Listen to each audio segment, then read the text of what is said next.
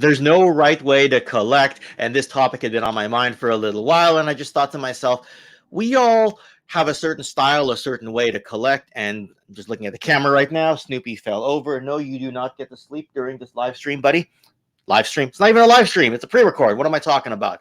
It's a premiere in the TKO time slot because Ken is off at a toy show right now. So when this airs, if I'm not pulling up comments in the live chat, I've always got to put that disclaimer out there. I'm not ignoring the live chat. I might be in there clicking away if I happen to not be too busy at my booth at the toy show on that day. But this will air on the weekend of the toy show. So I figured, why not pre-record and just have some fun and have an exciting topic. Now, so like I said, is completion important for toys? I mean, and I know there's a talk about collect them all, like on the back of the Star Wars cards, but I'm talking about getting every accessory to complete a figure, especially something, or playset, especially something that has a lot of parts to it. But this conversation is better with at least a small crowd. So what I've done is, once again, I have dragged my good friend from across the country, Mega J Retro, to join us on this topic. What's going on, Ken? Not much. Thanks for being available. I know I was having a meal last night, and I thought of this topic, and I messaged you right away. And, you know, while we were waiting for the bill, or the check, as the Americans call it, I kind of whipped up the thumbnail on my phone and showed it to you. And I'm just like, yeah. So, Jay, I know you collect a lot of, like, modern stuff, but how much of a vintage collection have you got? Well, you know, most of my vintage collection, if I really had to categorize it, would be the stuff that I really had from my childhood. You know, I all I had to do is reach over, and you know, I've got like right away. I just got a vintage Stridor.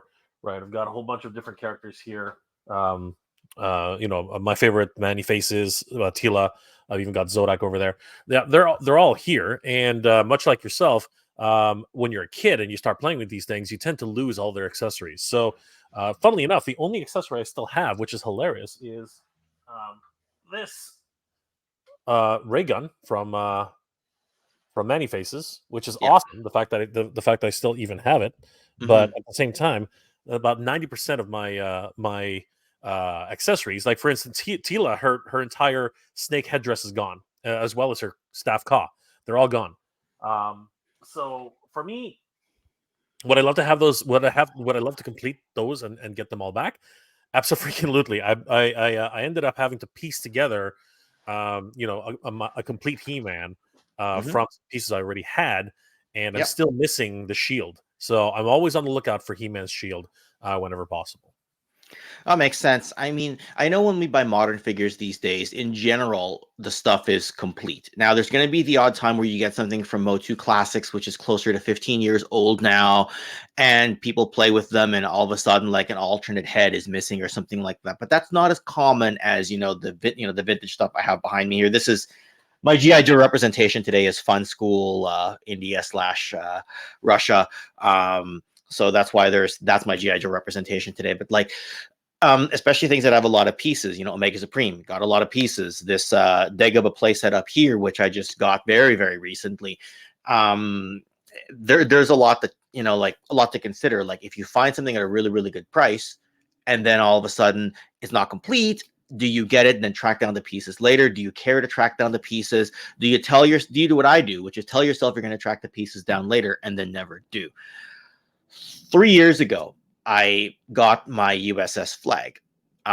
It was missing a couple of pieces. It was missing the fantail railing and a Y pin, and there was a couple of broken parts on the antenna. Now, the antenna broken parts, I happened to have some spare USS flag parts, and then my friend was going through my parts bin one day and said, you've got some unbroken antenna pieces you can replace in your collection, right? And then somebody was selling the fantail railing, and that's the most expensive piece because it looks like a sprue, so a lot of kids threw it out. I tracked that down because someone happened to be selling it. The easiest piece to find is the Y pin, because there's 2 Y pins that hold the superstructure on the USS flag down. So every flag came with 2. So it's not as hard to find. And I don't know, maybe it'll cost me, like, if I just buy that one piece and I ship it from the US, maybe it'll cost me $40 to ship it. It's like a $10 piece, right? But like, let's just say on the high end, it cost me $40 total, including shipping, right? And I still haven't done it. I bought the flag 3 years ago, and I just never got around to completing it because I have all the hard to find pieces and this like mediocre hard to find piece. I just didn't care. I don't know what happened. Even Keelhaul's gun, I have that. I don't know what it is. It's like your brain turns a corner and then sort of just goes away. And then it's like, it's close enough. But most of my pieces in my collection, like 90% of my vintage stuff is complete. So it's like, I don't know, like where does the brain stop thinking? I haven't even asked you a question there. I'm just throwing it out there because I know you got a lot of thoughts. Yeah. No, I mean, you know, again, just like I said, I would love to complete. Like, so fun fact. My Manny Faces was actually the weapons master man at arms. He Manny Faces. He came with like a crazy a number of accessories. And I didn't think at the time you're a kid, you don't even think twice about it. You're like, oh, cool, I got a lot more accessories. But now that's one of the most sought after Manny Faces out there, right? Because you know all of those accessories were unique to him. Technically, I mean, technically they were just you know, repacks of older accessories that it just happened to in the brown, right? Yeah, exactly, in the brown, okay. right? But if you have that, you know, it's a big deal for collectors today, right? Would I like to recollect all of those? Sure, right? My what's called my Castle Grayskull. For the longest time, I had that freaking gun, which everyone else lost. And I remember that vividly because I used to use it and put it in figures' hands. And now I've inevitably misplaced it, right? But that little gun, as you know, is one of the most expensive pieces in the Grayskull set.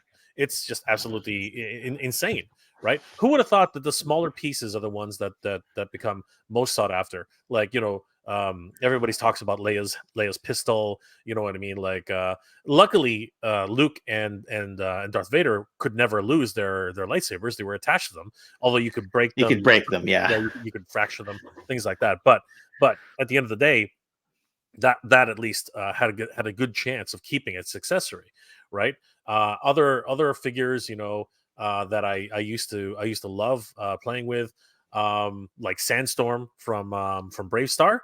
Yeah, I was holding on to his gun for the longest time because a lot of people don't remember that he actually had a gun you could put to his mouth and actually shoot straight instead of just this mist. And I had that for the longest time, and then again, eventually I lost it. It's just one of these stupid things that tends to happen. You know, you don't really think about this when you're a kid, and as you get older and older, you all of a sudden you're like, didn't he have a weapon?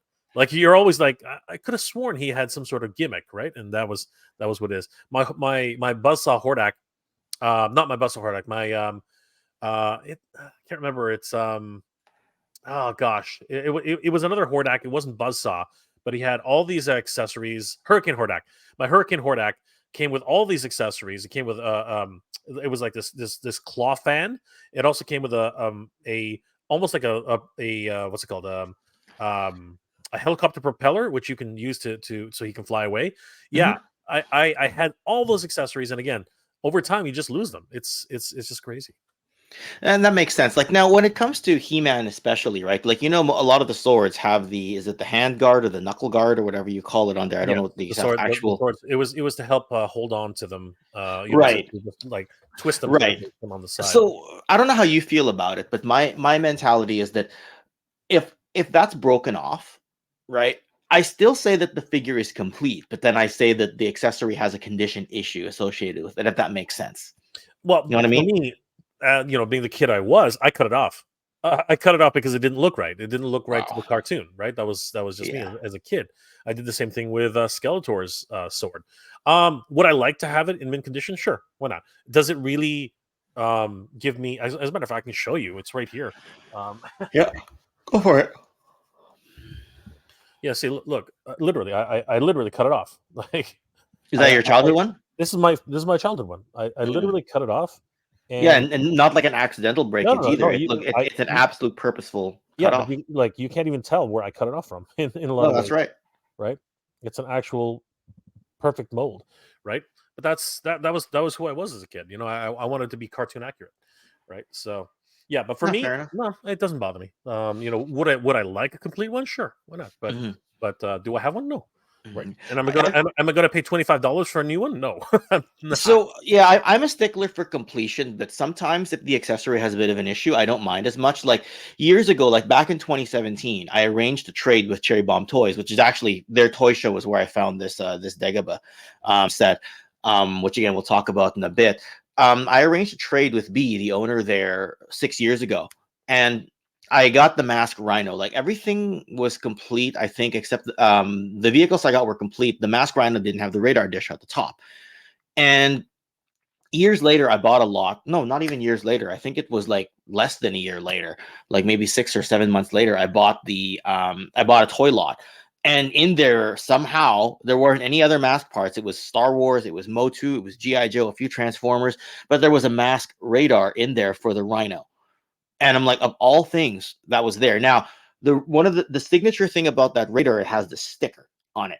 That radar did not have the sticker. It didn't bug me too much. I put it on. That was spring 2018. It's been over half a decade now, and I don't even mind that it doesn't have the sticker, right? I just have the accessory. It's complete, you know.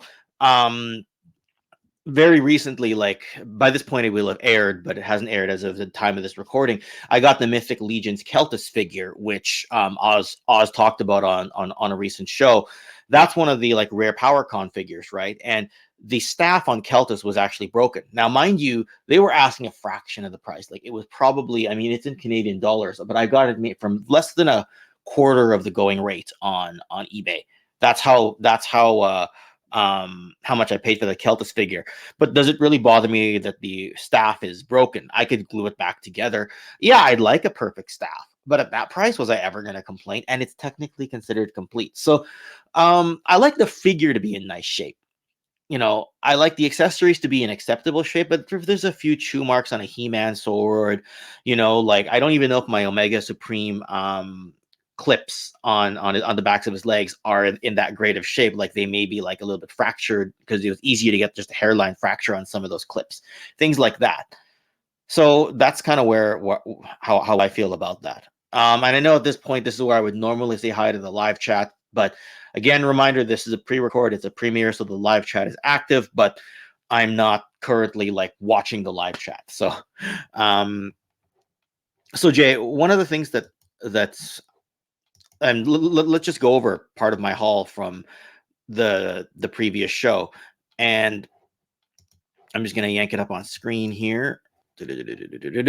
So this is the Dagobah set that you see behind me, right? And the thing about this is almost always the foam has completely disintegrated most of the time, right?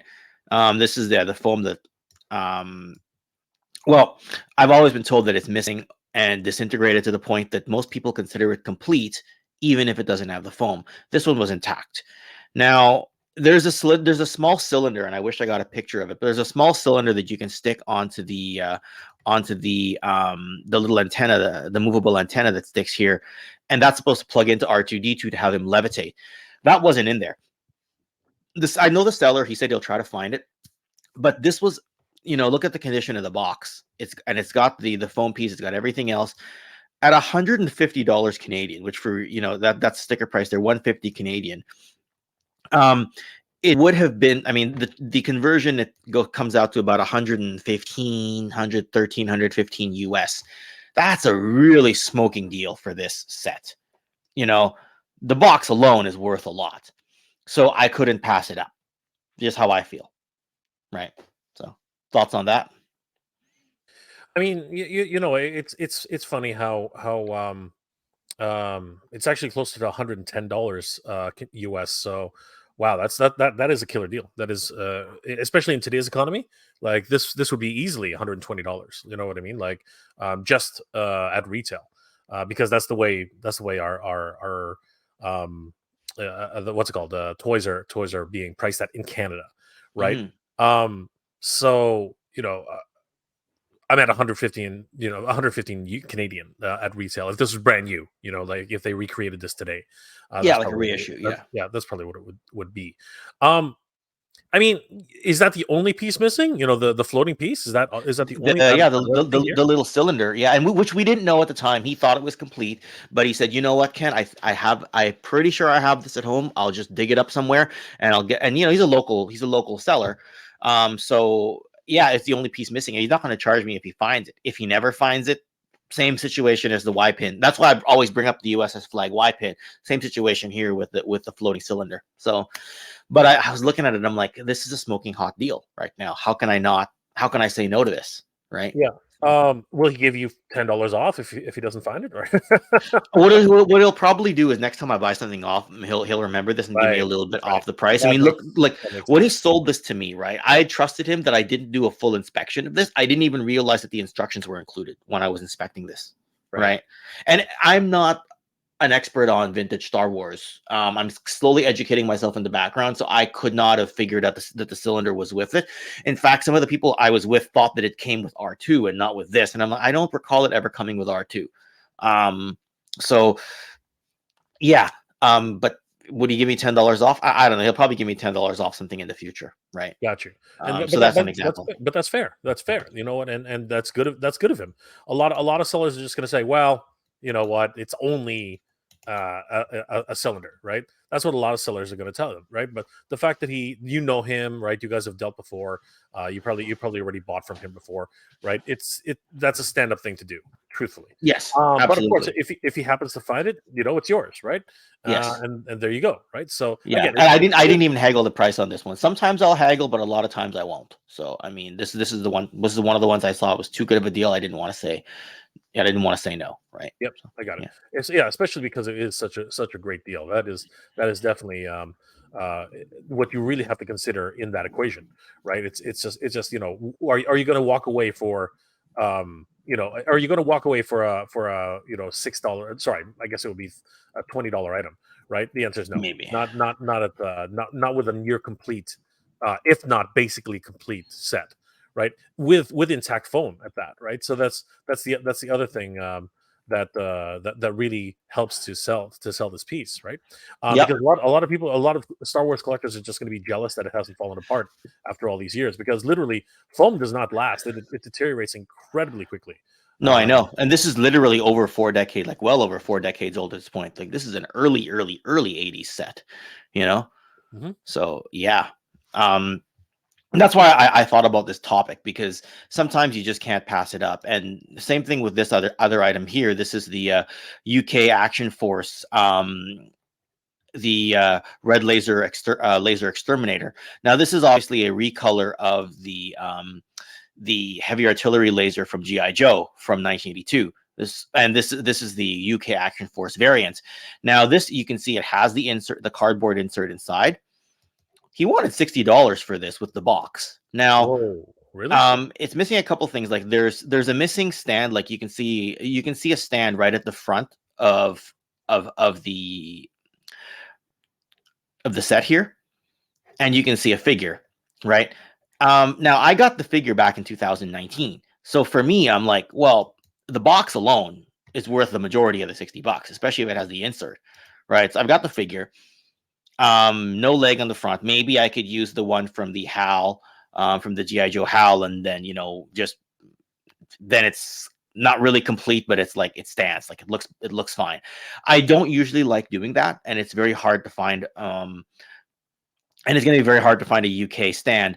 But maybe I can grab one that's loose one day, pick the better condition, and sell the spare. You know what I mean? Like that's one way I could go about doing this. But the box and the insert were the important part on this, right? For sure. So, yeah, I mean that's why I brought these up, because most of the time my question is it complete? Then I inspect it myself, assuming it's something I'm familiar with. If I trust the seller and I know the seller, and I'm not paying $700 for something, then I probably don't necessarily inspect it if I know the seller well. But I probably should. I was just feeling a bit. It was right at the beginning of the toy show, and I had to get back to my booth. So there are certain things that I don't always check. But in the case of this seller, he told me up front what it was missing, right? So yeah, just a few examples here to kind of get the conversation flowing as far as what as far as this conversation goes. Otherwise though, like for me, like I said, like when I was buying GI Joes from Toy Traders when I first started back up many years ago, I almost always look for completion, right? Just because small accessories are hard to find. I didn't think I'd be part of a community where we could trade and mail stuff to each other, and we ended up getting that anyway. Now, Clearly for you, it doesn't bother you if vintage figures are not complete. Okay, so there is a situation. There are situations where a character is defined by his gimmick, right? We just have to, like, for instance, if Cobra, like, here's a really morbid and stupid comment, but if Cobra Khan didn't have his head, he wouldn't be Cobra Khan. You know what I mean? Like that kind of situation, right? I guess a better example would sort of be if you had a battle ram and you were missing the caboose, it's just a sky sled. You know what I'm you know what I'm saying? Now, when it comes to like vehicles and stuff like that, for me, I think I'm not so critical on the stickers. The stickers to me, even though I hate stickers. I mean, I hate applying them. I hate it when they curl out when they inevitably start peeling off. I hate stickers. But are they part of the identity of the piece? Yes, they are. But do I mind? And here's the thing about me: I'm a collector because I collect. I'm not a collector because I need it to be 100% perfect, and that's the key. So we're going to start treading into different areas here, Ken, because, like, do I mind repo stickers? No, I don't. I think they're great. I don't either. Yeah, Repro stickers to me are acceptable because that doesn't change the completion of the figure to me. Exactly, but some people Right. insist on it. Some people insist on real. Some people insist that the sticker sheet was never ever used. They want the complete sticker sheet, right? There are collectors out there like that, or the collectors insist that all the stickers have to be applied in their, or they'll track down the missing stickers, right? Like that to me that's where I'm like, that's insane. Because you know how many stickers are on the USS flag? It's ridiculous. You know what I mean? Like that. Yeah, like I think Kind Brian, the of Hooded Cobra Commander 788, even says that the 99 is facing the wrong way on his USS flag. Not that it bothers him, right? Because some kid applied it that way. It's fine. It's there. It's a distinguishing feature of the flag. So the fact that it's there is fine. Exactly. Regardless of it being, I mean, I didn't even notice when he was showing the flag assembly video from years ago. Yep. I didn't care that the stickers, I didn't even notice. I just saw that they were there. Yep. And you bring up a lot of good points, right? Maybe that's a whole another topic, reproduction stuff. And I don't, people are very, especially in the Star Wars community, they're very anti, there's a huge anti-repro movement. And that's a whole other thing is your figure complete if it has repro accessories? My feel is if it has repro stickers, doesn't matter. It's complete. It's still complete. If it has repro accessories, there's an asterisk next to it. It's just there to make it look nice, and hopefully there's a distinguishing feature. So here's where I go. Here's where I come from with that. Don't ever claim that you have a original. All right, so there's the key. You can claim you have a complete. You can complain you have. You can claim to have complete, but you can't claim. You can't confirm originality because you have to admit, right, that you some of these things are repro. And then I've come across conversations like that where I'm like, oh, that's cool, is it complete? And they're like, yeah. I was like, that's awesome. You how did you put it together? So, oh well, and then people will admit, they're like, yeah, some of these things are reproductions, but you know what, in terms of everything as a whole, it's complete. And I appreciate that. That candor. They don't have to tell me that. They don't have to tell me. It's their candor. It's their prerogative to tell me that. I would prefer them to tell you that, because for me, when it comes to reproduction, right? For me, I don't like, just as a disclaimer, I don't like labeling it complete. Having said that, does it have everything to be functional for display and collectability? Yes, it does. I just think that it's like not real parts, but that's okay. Like I have a few, not too many, but I do have a few reproduction items in my collection. For example, the Masterpiece Ratbat that I have, you could only get Ratbat with Sound Blaster, right? I did not want Sound Blaster in Masterpiece form, right? I got Ratbat as a KO, and I just labeled it as that, right? I was gifted a Thundercats Lion-O, and both the sword and the I don't know what you call the claw hand, the cat hand, the red hand, the claw shield. Sorry, yeah, get your words right, Ken. Both the reproduction. Now their colors are just a little off, so I could tell pulling it out of the box, right? But like for display purposes, it just displays fine, right? And there's also the other argument about, like, we talked about condition issues, for example, right? Like the nunchucks on 1988 Michelangelo, they're almost always broken, right? Yep. But he got both sides. It doesn't display that well, obviously, but it's still it still counts as an accessory for the item. You just got to identify the condition issue, right? Now, of course, we probably shouldn't dive into the whole repro thing because everyone who watches this is going to have an opinion on the repro thing. And all I can say is that go with your natural instinct on that and don't dupe anybody. Like, that's all I can say, right? There's the key. So again, one thing I have to quantify that by is that I don't care if it's your personal collection, right? But if I come up to you and I say, hey, that's an awesome, Master Universe, what's it called, attack track, right?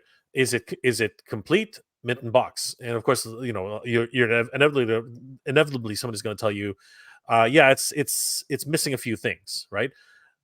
Or it's like, yeah, it's complete, but I had to, replace the rubber band that does the elasticity. You have to replace That's some different. of the tracks and things That's like different. that's different, right? But it's important that you know that ahead of time before negotiations start, because that is there needs to be a genuine at least attempt at selling a product. Replacement leg bands on He-Man, replacement O-rings on Joe's. That's a completely different thing, right? The rubber hoses is more of a gray area for me. But those are very generic as well, so I don't know how I feel about that one, right? That's more of a gray area, but I see what you mean.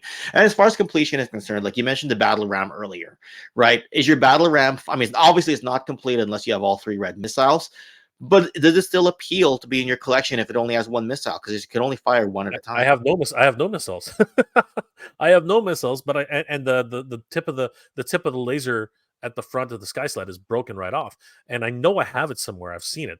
But it means more to me as a piece of my childhood than it means to actually have it as anything else. But do I care that it's in my collection as beat up as it is with all the stickers literally missing off? No, I love it. I love it because again, it's battle ram. Yeah, A, the battle ram, but B, it is an original piece.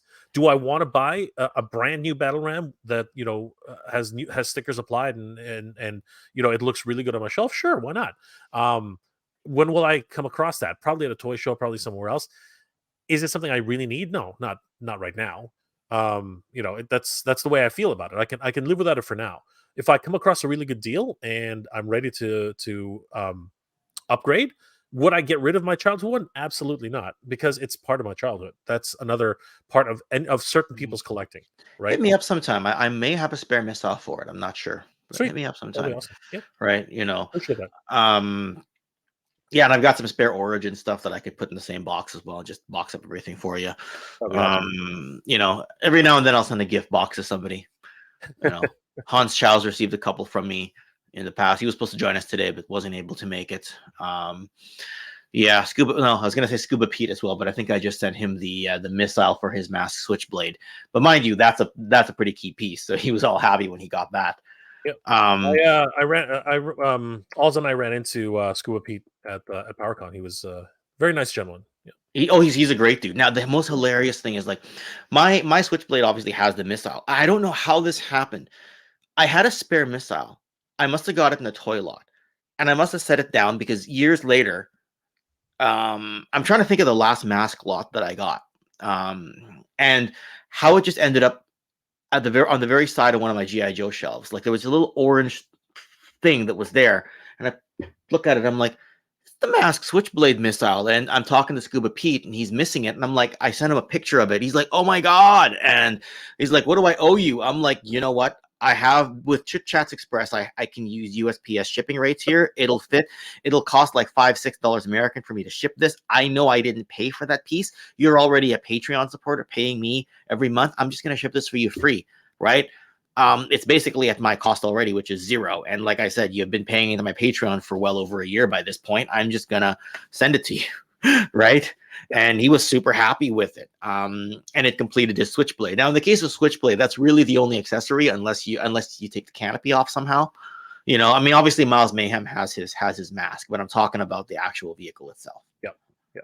So again, but that's what you do for people who support you, right? I mean, like it's important to keep those relationships up. These people helped you when again, nobody, like whoever helps you on sense, of course you got to do things like that. Or I feel like you got to do things like that. Some people don't, but I feel that's a great move, 100%.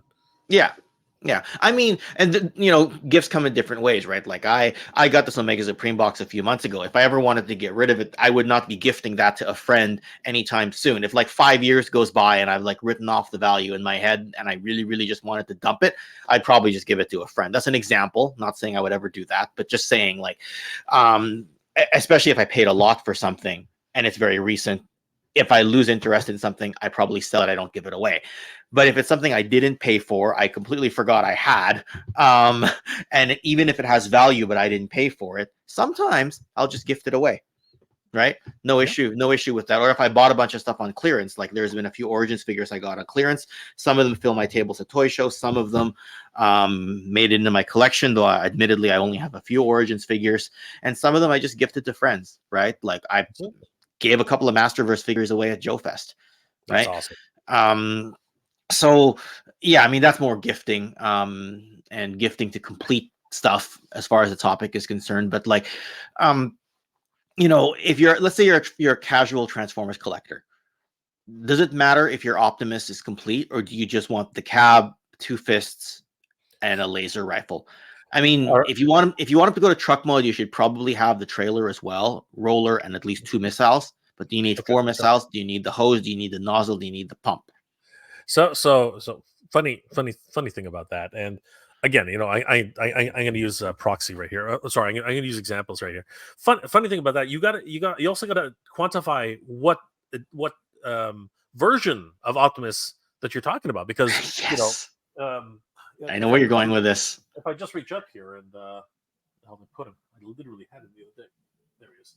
If I literally reach up here, a good friend of the channel to give me one of these, right? So yeah, it's just, that's him, and he's got his 2 fists, right? And he's got his blaster, but he's missing it's missing a couple of things, though, I think. But do I think this is complete? Yes, of course it is, right? But do I want the trailer? Absolutely. That's the problem with, like, I have, again, it's what's in your head canon too, right? You can probably just find a junker trailer without the back door attachment, just to take photography from the side, because that's usually how he's going to be taken, as long as he's got the Autobots sticker and the blue sticker that goes across the trailer. Because I had it as a child, right? There is something that is inherently necessary to have the trailer. Some people could give two asses about a trailer, but they're like, oh, it's too big. You just put it in the corner, it doesn't do anything. But you know what? It has. And if you follow the history, it's a Diaclone kind of thing, right? The little what's called controller pod. That's actually where the Diaclone figures would sit and do their thing. Yes, you know what I mean? Yes. So yes, I've got a Diaclone Optimus. Yeah, so, and Roller is he's a Diaclone vehicle. He's actually a full size vehicle for Diaclone, right? A lot of people don't realize that. Yeah, he came with 3 drivers: red, yellow, and blue. Exactly. So there is a lot of history there that a lot of people don't realize. But for me, it's very important eventually, because I don't have this one. And here's the other thing. And now I'm going to throw it back at you, Ken. Now we're going to get into KOs, because I can easily head over to AliExpress right now and pick up an entire reproduction KO version of Optimus Prime with trailer right now. It's got a KO box, so sometimes it has a different, like transforming, whatever, it says something completely different, but the mold is still basically the same. So is the unit, right? And this version probably has the yellow, the blue eyes instead of the yellow eyes, right? So there's a lot to be said there. Can I live with a repro trailer? Yeah, I probably could, because an original trailer will cost just about as much. You know what I mean? At this point, by itself, right? And instead, I can pick up an entire Optimus, have the other one as a throwaway, and just keep the trailer, like you said, as just for pictures. Because really, I'm not, in this sense, again, I'm not collecting for value. I'm collecting for nostalgia, right? Because I look at this as part of my collection, right? And do I know in my head that it's a Chinese knock? Of course I do, right? I know the difference. I like, that's important. But again, it's all in how what you perceive as I guess ethical collecting would be a word, but I don't. This isn't about ethics. It's about your own. It's preference, budget, casual versus hardcore. Exactly. Yeah. So what were you going to throw back at me? No, that's what I was going to throw back to you. The fact that we're now talking about KOs, right? Because before we were talking about we're talking about reproductions, right? But there's a difference between a reproduction made by a fan who's just making them, to as a hobby, Yeah, versus as a resin print. Yeah. versus a KO, which is actually meant to be resold at a certain market, at a certain market somewhere. You see Yeah, what I'm like trying to say? factory made and all Right? that. Yeah. Now, Exactly. I know a lot of people are anti KO. Like, there's very, very few KOs in my personal collection. But that's just because when I started collecting, there wasn't much in the way of KO options yet. And I position myself just naturally, not by force, but like as more of a hardcore collector as far as Transformers are concerned. That's how other people see me as well. And I just trended into the non-KO part because they didn't have those options back then, and I just kept going on that. Now, did it stop me from eventually getting a bunch of KOs for a little while? Like, I've got a picture of my old den room, and every box Transformer in there is a KO, and then every one that's in the display case is a non-KO. It's the vintage. Eventually, I got rid of all the KOs. Obviously, I sold them. I said, look, it's sealed, it's in good condition. I would never sell you a Devastator in the box sealed for $80 if it was real. So it's marked. I sold off a bunch of that. The Dinobots, I sold off the KO Dinobots and everything as well. But I think if you're a casual collector, KO can make sense. But if you're going to do that, you could also look at the reissues, because at least, those are official. I don't know. I mean, there's no right way to collect, right? Like, I've never disparaged somebody unless they're lying. I would never disparage somebody because they just want the KO for the memory. Have at her. Right, 100%. That's a repo from that the one I just showed you is a reissue. Reissue, yeah. From 2020 from 2018. You know what I mean? It was a number of years ago when it came Walmart back reissue. Walmart, yeah, the Walmart reissue, right? And my good friend Will just happened to have one and said, "Hey, here you go," and I was like, "Cool," right? And I really appreciate that because I wasn't really collecting hardcore at the time. I didn't even know that they had been available. But yeah, for sure. I'm in terms of like, the idea of KO versus reissue. Of course, you want to hopefully get a reissue first, but at the same time, sometimes they're out of print, right? Or you just miss it for whatever reason. So sometimes, again, it's in your preference if you want to go the KO route. Yeah. And that's a whole nother topic, right? Like, the only way I would, disparage somebody is if they're sitting there trying to position themselves like, oh, such a great artifact of history, and this is museum quality. Like, well, hold on. That's a KO. You know what I mean? Call it what it is, and then separate, and then go on about the histories after that. But I shouldn't say I would disparage them, but I'd be like, add that correction in, then dive into the topic, right? So, but yeah, I mean, like I said, collect how you collect how you wanna collect. It's all nostalgia driven anyway, right? I have, for the longest time, I think I still have it. The boxed Soundwave of my collection was the box was a reproduction and a reproduction foam. You could tell it was super duper duper mint. I don't know a whole lot of examples of vintage ones that don't at least have a bit of fade. And the figure inside and all that and all the accessories were the original. I displayed it that way for years. I never changed it. Eventually, I just said, I'm not going to sell. I'm not going to keep that. I'm going to get rid of it eventually. And it's now sitting in storage somewhere waiting for a future toy show. It just happens sometimes, right? So yeah, I mean, that's another thing is, depending on the line, you may be like, let's say you're a really hardcore Masters of the Universe collector. Completion might matter for you on that front. So you're a casual Transformers collector. All of a sudden, completion doesn't matter to you, right?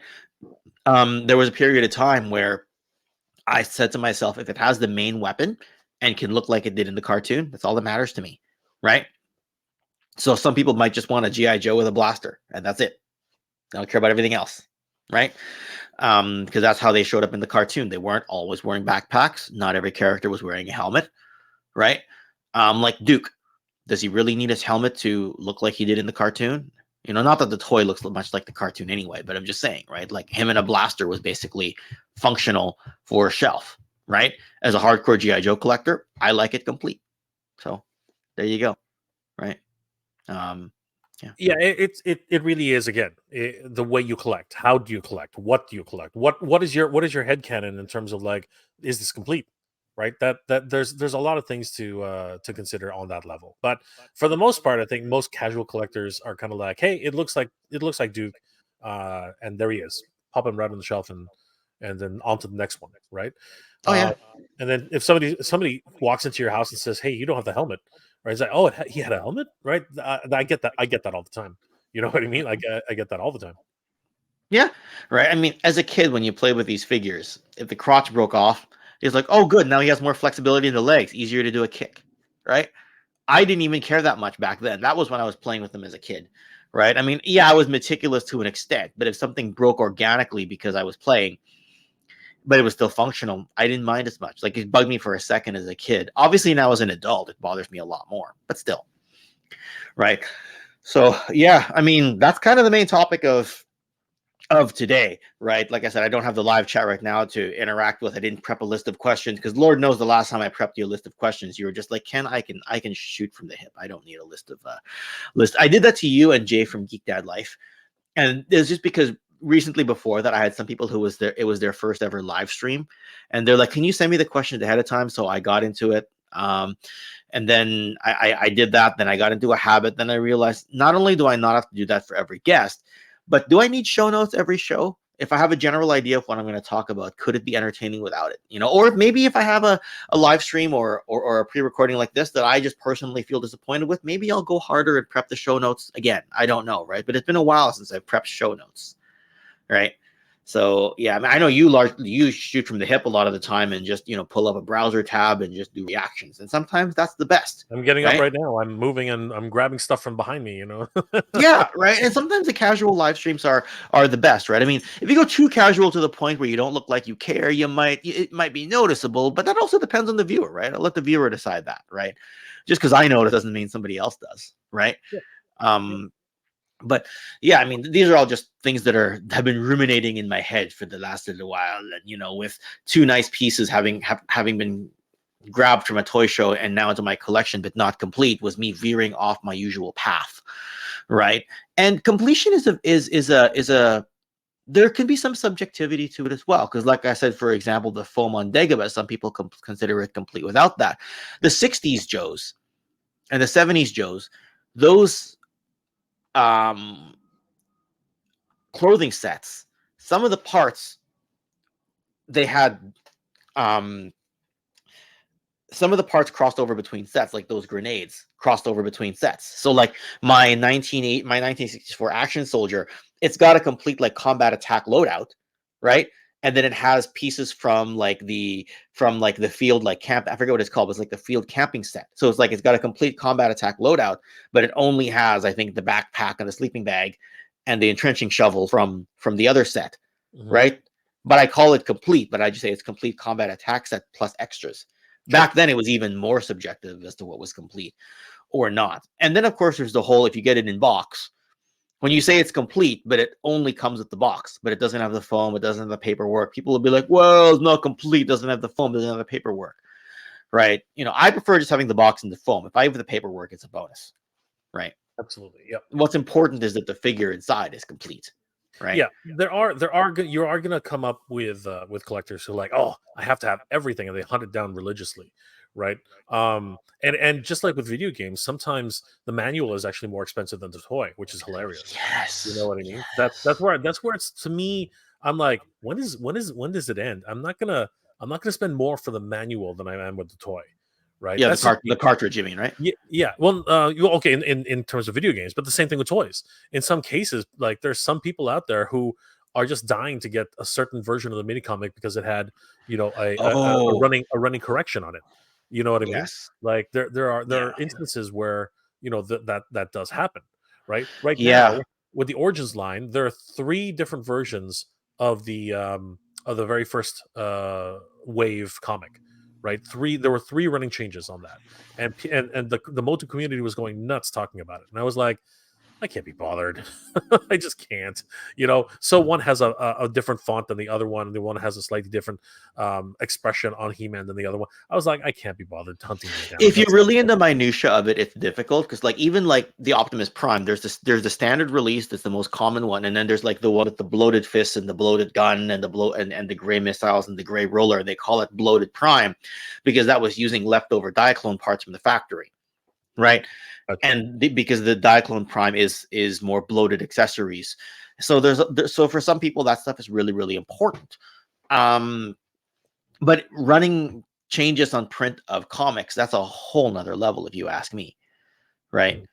In the Japanese Transformers lineup of toys, a lot of times the instructions and like the bio card, that because they used to include bio cards even on the vintage Japanese Transformers, are worth a lot sometimes. Yeah, like sometimes you pay $200 to get the paperwork in the bio card, right? Yeah, and I'm just like that. I can't be bothered. Like I'll pay enough to get the box, and it already cost me enough. And the figure is already a market exclusive to Japan at the time. There was no way I was going to pay that much extra, especially on the secondary market in today's market, right? So you're right. Completion has different varying degrees of completion. Like there's the box contents. Sometimes I even forget if I have the paperwork because I kind of write it off in my head, right? So yeah. So. Man, sorry. Old habits die hard when you're recording versus live streaming. I was about to ask you what do you have coming up on the channel, but by the time this airs, you've already aired whatever that is. Well, I mean, like, I'm still planning and still working through a video, which I'm still waiting on some content from a few other creators who are, the question of whether or not crowdsourcing is still viable, right? For big box companies, right? $1 billion companies, should they even be involved, right? Should they even be doing it? So that's my ongoing project. Like that's something which I'm just, people have their schedules, and I really want to get certain people's opinions. So that one is that one's yours. Your features are very, your opinions are very, very valid on that. But unfortunately, I'm just waiting on a few more pieces. Yeah, the the last clip I sent you, I didn't know that you needed how soon you needed it, so I just sent you audio on that last bit that morning. Hopefully that was okay. But most of the part I'm on camera. Yeah. The reality is some pieces will be used, some pieces won't. It's just like it's a bulk set of questions where I can like dart them in here and there, right? So that makes sense. And I like that because the way you're probably setting it up is you'll narrate as kind of the host, and then you'll have like the talking heads come in here and there. And I'm starting to think about doing history videos that way if I can make it work like that. Because yeah, when you have a project where you're waiting for somebody else, and we'll spend the last few minutes here talking video production. Do you start the project first and then leave it as a working file and then put people's stuff in, or do you wait for other people's stuff to come in before you work on your own parts? So it depends on the video. I mean, I think as a narrative, it actually might be useful. But okay, so here's the thing. You need to, like, especially with a production, the way I'm laying this one out, it's important to have a narrative right away. And then the questions went out because the narrative sort of drove the way that was going to be played out anyway. So no matter what, I could theoretically record now at this stage. But just because of the way I tend to do things, I'm waiting until I have enough content so I can start. Like basically, there will be a few people who are left over, but I need to start editing it now. But yeah, so effectively, to answer your question, I can actually start anytime to actually do my portion of the whole thing. Inserting the B-roll, inserting the the photos and the images and the examples, and get all that arranged, and then darting in appropriate commentary after the fact. That would actually be smart. I usually just like I am right now. I usually wing it depending on how I feel. But I'm getting to the point right now where I think I am going to have to start recording some dialogue now, and then at least take some notes. Because for me, a lot of times, like you'll have seen history videos where I bring in a second presenter, and they either read out pre-written lines by me, or I give them talking points and they word it how they want. A lot of times, it depends on how much time I think that person has, Because if I try to hit up a really busy person, I start a project and then I go, hey, it'd be cool if you sent me some lines. I ask for the lines and then they get busy and then I get kind of bottlenecked because I'm waiting for their stuff. And I've got this active file on my device that I can't clear off, and it's occupying storage space, which is affecting the next project, especially if you have limited storage space on your device. I really should just get a device that has, tons and tons of capacity. That's really what I should do. But a lot of times when I it doesn't evolve in my head until I start doing the project, and then I go, it'd be cool to have a second presenter, right? Yeah, so I know you do a lot of things on the phone. I applaud you for doing it that way. I don't know how you do it that way. For me, on nonlinear editing, I need a workstation, right? But I understand if you're more comfortable on the phone, that makes I'm not. however you I'm not. But one thing I will say is that a lot of the clips where I am on camera, unless I'm filming it at a toy show and walking like this, that I'd be on my phone. But like right now, obviously on StreamYard, my phone's here. I'm using my webcam. But like if I'm a talking head on camera, I will usually record it using my webcam, and then I can either send the file if I'm doing it for somebody else, or put it into a project if I'm doing it for me. But the editing itself, I use a phone, and one of the reasons I do that is because if I'm visiting my parents' house and we're finished dinner, we're finished talking, and we're just waiting for like my son to finish playing with their tablet or something, I've got 15-20 minutes. I'll edit, I'll download photos off the internet, whatever. I'll put it onto the project. If I'm waiting to pick up my son from somewhere, like if I arrive 15 minutes early at his school and I go, oh, you know what, I can edit this 30-second segment right here. It saves me a lot of time. The problem is when I'm in deep edit mode, it's slower than if you were going to be on a main computer, but you can edit from anywhere. Right. If you're waiting for takeouts or something, you arrived when your takeout's supposed to be there, but they got delayed. You're waiting 15 minutes. You can edit 15 minutes on your phone. It's a convenience for when you're on the go, which I always am. If you can get dedicated stationary time where you're uninterrupted, this is a terrible way to do it on a phone. Right. So, yeah. So spoiler alert for people, I use my mobile device a lot for a lot of my stuff, and I don't use my computer as much as I could. One thing I probably should do though is invest in a proper camcorder that I can like record footage, because when you try to record, I mean, it's one thing to take photos and take 30-second clips on a phone. It's another to like do rolling footage for over an hour long, because then that just eats up all your phone storage, right? So, right, like if I could get a camcorder that, let's say, records in 1080p and 30 frames per second, it doesn't occupy that much room on a computer, but it will on a phone, right? So there's a lot of things I could do differently, and maybe I should level up the technology side of things here on Toy Connections. I've just never been a technology guy. So I tend to be the type of person who operates on average and sub-average technology, and then use a lot of lighting and a lot of editing to try to cut out the fact that my technology is kind of sucks. I don't know. Right. So I totally agree. Yeah. But again, if you're comfortable with that, if it works for you and it helps you save time, I'm not one to criticize. I'm just saying that for me, I need to be on a workstation. I do. You know what? When I use this to make videos, I use it for shorts, because to me it makes sense. To me, it makes sense because it's already here. I can just upload it from here, and that's how quickly a short can be made. Eventually, and I know what you mean. Like the shorts, the vertical shorts are what you're talking about. But even like the recent Joe Colton video that I did was 4 minutes long. I relied on nothing but internet images. Maybe I had one or two archive images from a video of my own. That's a short enough video that makes sense to do on here. The longer history videos, even though I do them on a mobile device, I really should do them on a workstation, right? Because that's a lot of deep editing, right? It's not just quick hits, Really, I just got to get good at both, right? So yeah, but anyway, sorry, that was total segue to the conversation. The real question is, does completion matter? But I got some errands to run a bit later today, but what do you got for some closing thoughts? Anything, or have we talked about everything? You know what? I will say at the end of the day, you need to be the collector you need to be. Okay, if you're collecting for value, obviously you want to have a complete example, right? A mint in box as possible, complete in box if possible, right? But if you are a collector like myself and other collectors who are openers and don't really care that much, you might keep the boxes like I do because of the artwork. I mean, I love that, right? But you need to collect the way you want to collect. Don't let anyone, not even me, not even Ken or anybody else, tell you. Even though we're pretty passive on that sense in certain regards, but don't let anybody criticize how you collect. I think that's really the key here, because a lot of times people take it to heart how other collectors think, right? It's your collection. Do what the heck you want with it.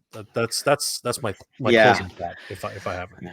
And I'll piggyback off of that by saying, like, yes, like my collection has some pieces that do have value, right?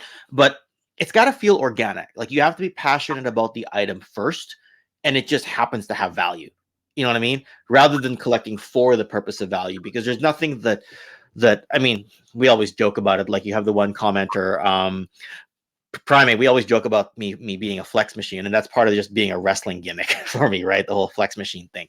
But like, there's a lot of people out there who they collect so they can show off to their friends, and I'm sitting there, I'm like, well, if you're gonna do that, just buy a Rolex, right? Because they're gonna care about as much about how much you spent on that crazy expensive super duper rare item than anything else, right? They're gonna care about as much about that as they will about your Rolex. You know what I mean? There's certain things like prototypes cost a lot of money, test shots cost a lot of money, but the people who collect them, like, my suggestion there is collect that because you appreciate the history of making the toy. It happens to cost a lot more so than, hey, look what I got, you know what I mean? So, right. I mean, that's not a rare playset, right? It's hard to find the box in that shape, and there's certain condition points that are rare-ish about it, right? But a million people have this, right? You know, less people have this, right? The fun school stuff, but that's the tie-in to Sergeant Slaughter, and the fact I got to show him this when I got it at Joe Fest, and I love the goofy fun school type stuff anyway. So yeah. Anyway, I hear a bit of an echo now, but might be on your end. But anyway, it doesn't really matter. We're wrapping up at this point, so it's not a huge deal. Yeah, same thing with Omega. He's not the rare piece either. It's harder to find him complete. Hard to find the foam. Like, you know, the foam there is a bit beat up, but like, it'd be hard to find a good foam, right? But anyway, I think we've covered everything we want to cover today. We've gone just close to an hour here, so I think I'll just bid everybody farewell and subscribe to Mega J Retro. I'm on his channel sometimes on Friday nights if I'm not already asleep, or if I'm not wrapping up and about to go to bed. And yeah, again, at the recent Toy Fair, I was recognized by somebody who said, I see you on Mega J sometimes.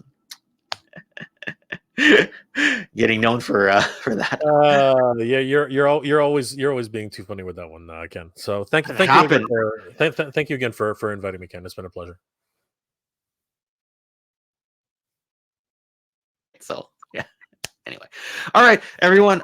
Because Jay's here, I'll simply end this with happy. Stay safe and geek proud, everyone. Geek proud. Take care.